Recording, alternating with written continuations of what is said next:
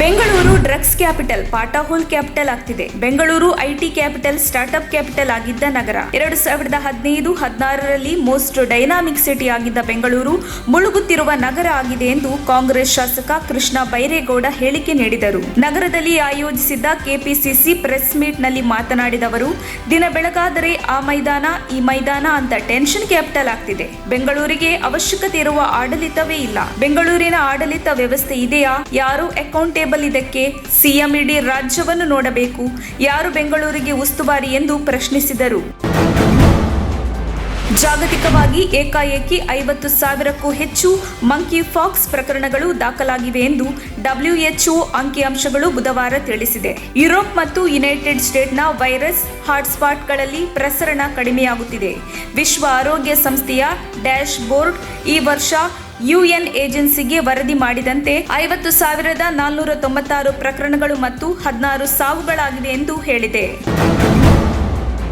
ಹೊನ್ನಾಳಿಯಲ್ಲಿ ಹಿಂದೂ ಮಹಾಗೌರಿ ಗಣಪತಿ ಪ್ರತಿಷ್ಠಾಪನೆ ಅಂಗವಾಗಿ ಪಟ್ಟಣದ ಸುತ್ತಮುತ್ತ ಹಾಕಲಾಗಿದ್ದ ಹೊನ್ನಾಳಿ ಬಿಜೆಪಿ ಶಾಸಕ MP ರೇಣುಕಾಚಾರ್ಯ ಮತ್ತು ವೀರ ಸಾವರ್ಕರ್ ಅವರ ಫೋಟೋಗಳನ್ನೊಳಗೊಂಡ ಫ್ಲೆಕ್ಸ್ಗಳಿಗೆ ಕಿಡಿಗೇಡಿಗಳು ಹಾನಿ ಮಾಡಿದ್ದಾರೆ. ಸಾವರ್ಕರ್ ಚಿತ್ರಕ್ಕೆ ಆಕ್ಷೇಪ ವ್ಯಕ್ತಪಡಿಸಿ ಕಿಡಿಗೇಡಿಗಳು ಈ ಕೃತ್ಯ ನಡೆಸಿದ್ದಾರೆ ಎಂದು ಹೇಳಲಾಗಿದ್ದು, ಘಟನೆಯ ವಿರುದ್ಧ ಆಕ್ರೋಶ ವ್ಯಕ್ತವಾಗಿದೆ.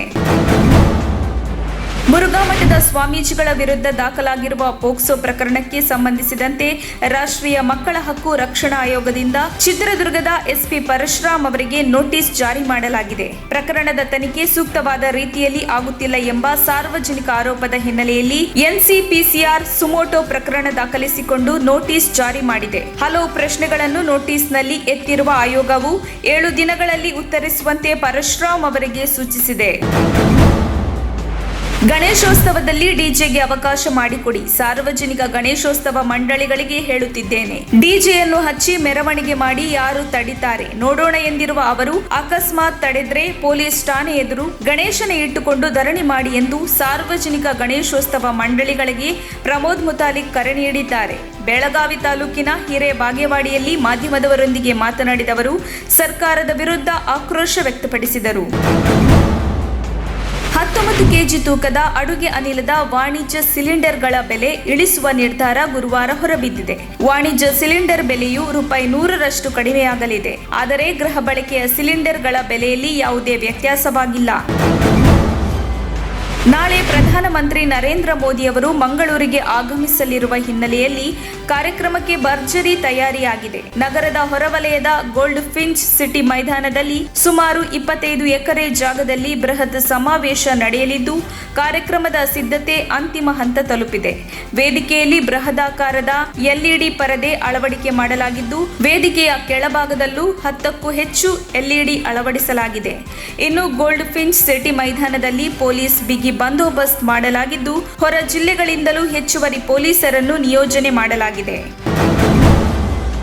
ಹುಬ್ಬಳ್ಳಿಯ ಈದ್ಗಾ ಮೈದಾನದ ಗಣೇಶೋತ್ಸವದಲ್ಲಿ ಸಾವರ್ಕರ್ ಫೋಟೋ ವಿವಾದದ ಬಗ್ಗೆ ಕೊನೆಗೂ ಆಯೋಜಕರು ಎಚ್ಚೆತ್ತುಕೊಂಡಿದ್ದು, ಸಾವರ್ಕರ್ ಫೋಟೋವನ್ನು ತೆರವುಗೊಳಿಸಿದ್ದಾರೆ. ಮೊದಲು ಮಹಾಮಂಡಲಿ ಸಾವರ್ಕರ್ ಫೋಟೋ ಇರಿಸಿರುವ ಬಗ್ಗೆ ಸಮರ್ಥಿಸಿಕೊಂಡಿದ್ದು, ಇದರ ಬಗ್ಗೆ ಕೆಲ ಮುಸ್ಲಿಂ ಮುಖಂಡರು ತೀವ್ರ ವಿರೋಧ ವ್ಯಕ್ತಪಡಿಸಿದ್ರು. ಪಾಲಿಕೆಯ ಆಯುಕ್ತ ಆದೇಶ ಉಲ್ಲಂಘಿಸಿದವರ ಮೇಲೆ ಕ್ರಮ ಕೈಗೊಳ್ಳುವಂತೆ ಮುಸ್ಲಿಂ ಮುಖಂಡರು ಒತ್ತಾಯಿಸಿದ್ದಾರೆ. ಕೊನೆಗೂ ಎಚ್ಚೆತ್ತ ಆಯೋಜಕರು ಮುಂದಿನ ದಿನಗಳಲ್ಲಿ ಗಣೇಶೋತ್ಸವ ಆಚರಣೆಗೆ ಅವಕಾಶ ಸಿಗದಂತಾಗುವ ಸಾಧ್ಯತೆಗಳ ಹಿನ್ನೆಲೆಯಲ್ಲಿ ಫೋಟೋ ತೆರವು ಮಾಡಿದ್ದಾರೆ ಎನ್ನಲಾಗಿದೆ.